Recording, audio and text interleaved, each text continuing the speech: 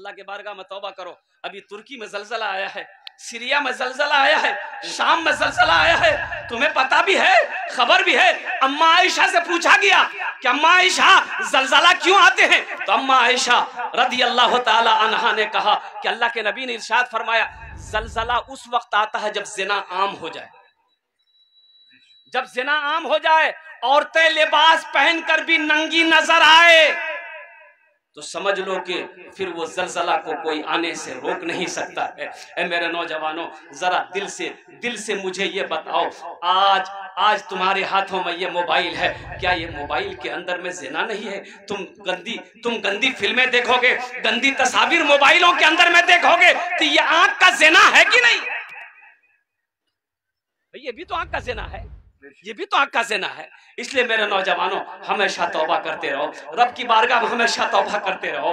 अल्लाह अकबर कबीरा। एक बात याद रखना, दुनिया की कोई मखलूक देखे या ना देखे, दुनिया का कोई इंसान देखे या ना देखे, अपना ईमान को मजबूत करो कि कोई देखे या ना देखे, मेरा अल्लाह देख रहा है।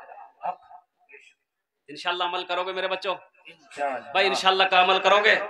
हमारे तुर्की और सीरिया शाम के तमाम मुसलमानों की, बच्चों की, हमारी माँ बहनों के अल्लाह हिफाजत अता फरमाया, आमीन बोले अल्हम्दुलिल्लाह। कुर्बान जाइए। एक आदमी भैंस पालता था, वो भैंस पालता था, 10-12 भैंसें थी उसके पास में। अच्छा, भैंस जाने ना, भैंस जाने जाएगी, हाँ, भैंस पालता था। तो इमाम साहब ने कहा कि भाई तू भैंस के चक्कर में जिंदगी गुजार देगा, अल्लाह का बंदा आखिरत के लिए कुछ सोचा है कि मरना भी है, अल्लाह पूछेगा कि दुनिया में कौन सा अमल किया, क्या जवाब दोगे? कि हम भैंसे चराते थे खाली। नमाज पढ़, हम इमाम हैं मस्जिद के, बहुत सारे लोग नमाजी बन गए, तू कब नमाजी बनेगा? तो भैंस चराने वाला बोला कि हजरत आपको मालूम है कि हमको फुर्सत नहीं है, ये 10-12 भैंसे हैं, बाद लेके चले जाते हैं, शाम को आते हैं, फिर चारा खिलाते हैं, दूध निकालते हैं, सोते सोते रात 11-12 बज जाता है, टाइम कहाँ मिलता है। तो हजरत ने कहा बहुत फायदे में रहोगे, नमाज पढ़ लो। बोला क्या फायदा मिलेगा? तो हजरत ने कहा कि तुम नमाज पढ़ोगे ना, भैंस दूध ज्यादा देगी। बोला अच्छा, दूध ज्यादा देगी? बोला एकदम दूध देगी, ज्यादा देगी, तुम पढ़कर तो देखो। बोला ठीक है, कल फजर से हम आएंगे। नहा धो के फिट फाट होके मस्जिद चला गया फजर में। अब फजर की नमाज पढ़ा, और जब फजर की नमाज पढ़ के घर पहुंचा, देखता है एक भैंस मर गई। बोला अखनिया नमाज पढ़ा, भैंस अखनिया मर गई। दौड़ा इमाम साहब के पास गया और बोला इमाम साहब गजब हो गया। बोला क्या हुआ? बोला देखिए अभी फजर पढ़े हैं, एक भैंस मर गई। तो इमाम साहब ने कहा कि अल्लाह का बंदा, अल्लाह तुम्हें आजमा रहा है, क्या तुम हिम्मत हार गए? बोला नहीं, हम हिम्मत हारने वाले नहीं। बोला फिर तुम जारी रखो। जोहर के लिए पढ़े, जोहर पढ़ी गई, एक भैंस और मर गई। बोला बाप, इतनी लाइनें लगी गई से। कितनी भैंसें मरी भाई? 2 मर गई। फिर इमाम साहब पर दौड़ा गया, बोला हुजूर गजब हो गया। बोला क्या हुआ? बोला दूसरी भी मर गई। बोला जी सबर करोगे? सबर करो, अल्लाह का बंदा, अल्लाह इम्तिहान ले रहा है तुमसे, अल्लाह अपने बंदों से इम्तिहान लेता है, अल्लाह आजमाता है, देखता है कि मेरा बंदा सब्र करता है कि नहीं। बोला नहीं, हम तो सब्र करेंगे। बोला जा घर जा। असर की अजान हुई, फिर मस्जिद नमाज पढ़ने आया, दिल सो जाके कहीं तीसरी भैंस मरना चला जाएगा। ठीक नमाज पढ़ के गया, इत्तफाकन कह के तीसरी भैंस मर गई। अब तो दिमाग काम नहीं करी। अब भैंस मर गई, उसका बच्चा था, और भैंस का बच्चा क्या बोलते उसको? पर्रू। ओ पर्रू। अब मां मर गई है, पर्रू रो रहा है, वो चिल्ला रहा है, पर्रू चिल्ला रहा है। ती बोली पर्रू की गई ते चिल्लावा मत। फरज पढ़ी के 3 आदमी चलो गली, 3 भैंस चलो गली से, आ तोड़ लिए फरज पढ़े की जरूरत नहीं जी, 3 नफिल काफी जी तोड़ लिए। मेरे बच्चों, मेरे नौजवानों, आखिरत की तैयारी करो, कब्र की तैयारी करो, हश्र के मैदान की तैयारी करो। आखिरत में हश्र के मैदान में सबसे पहले पूछ जो होगी ना, वो नमाज की होगी। किसकी होगी बोलो? नमाज की होगी। नमाज किसी भी हालत में माफ नहीं है, किसी भी हालत में माफ नहीं है। जब तक आप होशो हवास में हो, उस वक्त तक अजाब, और नमाज का अगर वक्त है तो उस वक्त भी आपके ऊपर में नमाज फर्ज है। और शरीयत ये कहती है कि अगर तुम खड़े होकर नमाज नहीं पढ़ सकते हो तो बैठ कर पढ़ो, बैठ कर नहीं पढ़ सकते तो लेट कर पढ़ो, लेट कर नहीं पढ़ सकते हो तो इशारे से पढ़ो, लेकिन पढ़ो। दो किस्म के लोगों पर नमाज माफ है। कै किस्म के लोगों पर नमाज माफ है बोलिए? एक वो जो पागल हो गया, पागल के ऊपर में नमाज माफ है, पागल के ऊपर में नमाज, अरे बोलिए ना, माफ है। और दूसरा वो आदमी जो मर गया हो, जो मर गया हो, मरने के बाद नमाज है भाई, बोलिए नमाज, मुर्दे पर नमाज है। दो किस्म के लोगों पर नमाज माफ है, एक जब पागल हो गया उसके ऊपर नमाज माफ है, जब तक वो पागल रहेगा नमाज नहीं है, जब वो अच्छा हो जाएगा फिर नमाज फर्ज हो जाएगी। एक वो आदमी जो मर गया हो, मुर्दे पर नमाज माफ नहीं है। तो बताइए जो नमाज नहीं पढ़ते हैं समझाओ कौन कैटेगरी में जाते हैं, पागल है कि मर गए हैं?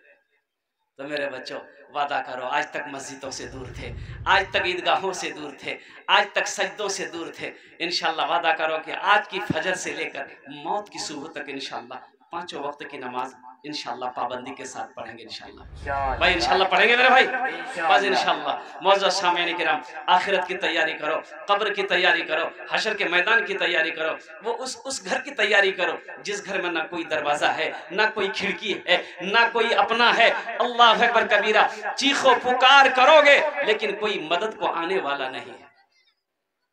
उस घर की तैयारी करो, कब्र की। हजरत उस्मान गनी रदी अल्लाह ताला अन्हु जब कब्रिस्तान से गुजरते ना तो इतना रोते कि दाढ़ी तर हो जाती। तो लोग कहते कि हजरत उस्मान गनी रदी अल्लाह ताला अन्हु से लोग कहते कि हजरत आप इतना क्यों रोते हैं, कब्रिस्तान को देखकर इतना क्यों रोते हैं, कब्र को देखकर इतना क्यों रोते हैं, जबकि आपको अल्लाह ने, अल्लाह के रसूल ने दुनिया ही के अंदर में जन्नत का सर्टिफिकेट दे दिया है, अशरे मुबशरा में से आप हैं। तो हजरत उस्मान गनी रदी अल्लाह ताला अन्हु जवाब देते थे कि लोगों, मैंने अल्लाह के रसूल से सुना है कि आखिरत की मंजिलों में से सबसे पहली मंजिल कब्र की मंजिल है। कब्र की मंजिल जिसकी आसान हो गया सारे मंजिल आसान हो जाएंगे, जो कब्र में फंस गया समझो उनके सारे आने वाले मंजिल मुश्किल में पड़ जाएगा। इंशाल्लाह कब्र की तैयारी करेंगे मेरे भाई, भाई कब्र की तैयारी करेंगे इंशाल्लाह भाई इंशाल्लाह। तो मेरे भाइयों, मरने के बाद इन नौजवानों ने बताया, कमेटी वालों ने बताया कि हजरत ये जब कोई इंतकाल कर जाता है तो सही जगह जो होनी चाहिए, वो जो नमाज पढ़ाने के लिए, जनाजे के नमाज पढ़ाने के लिए हम लोग जगह की तलाश में अल्हम्दुलिल्लाह है कि कोई जगह मिल जाती, ज़मीन खरीद लेते, उसी ज़मीन को हम लोग क्या कहते हैं कि जनाजा गाह बनाते, वहीं पर जनाजे की नमाज पढ़ते। तो इंशाल्लाह होना चाहिए, ज़मीन होनी चाहिए कि नहीं चाहिए भाई, होनी चाहिए कि नहीं चाहिए इंशाल्लाह। तो इंशाल्लाह वो ज़मीन खरीदेंगे आप लोग, कितने लोग खरीदेंगे हाथ उठाए इंशाल्लाह, मैं दुआ करूंगा अल्हम्दुलिल्लाह। वाह भाई वाह, हाँ। बस एक शेर सुन लीजिए, सुना दे इंशाल्लाह। तौबा का तौबा का तौबा का तौबा का तौबा का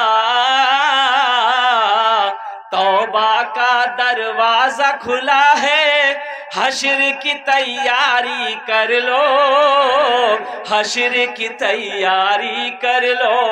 तौबा का दरवाजा खुला है, तौबा का दरवाजा खुला है, हश्र की तैयारी कर लो। जन्नत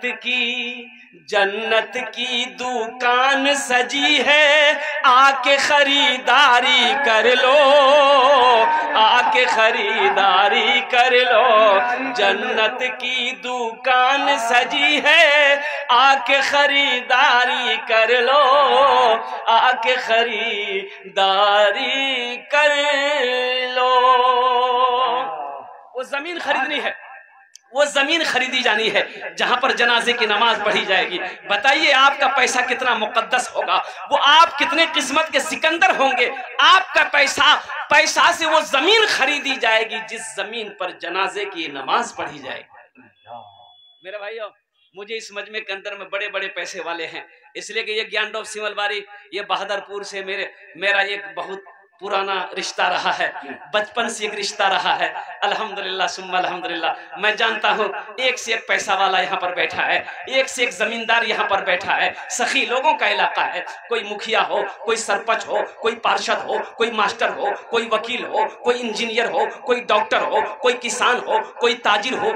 ए अल्हम्दुलिल्लाह 5 आदमी मुझे इस मजमे में चाहिए। है कोई अल्लाह का चाहिदा बंदा, प्यारा बंदा, जनाजा गाह के लिए जमीन खरीद कर दे दे, जमीन खरीद कर दे दे, या उसमें हिस्सा ले ले, या उसमें हिस्सा ले ले। पहला आदमी इंशाअल्लाह, मैं ज्यादा आपसे नहीं मांगूंगा, 50,000 1,00,000 का सवाल नहीं है, सिर्फ 10,000 रुपए का सवाल है, जिसमें सवाब मिलेगा। अपने माँ बाप की सालों सवाब की नीयत से वो जमीन खरीद कर आप दे देंगे।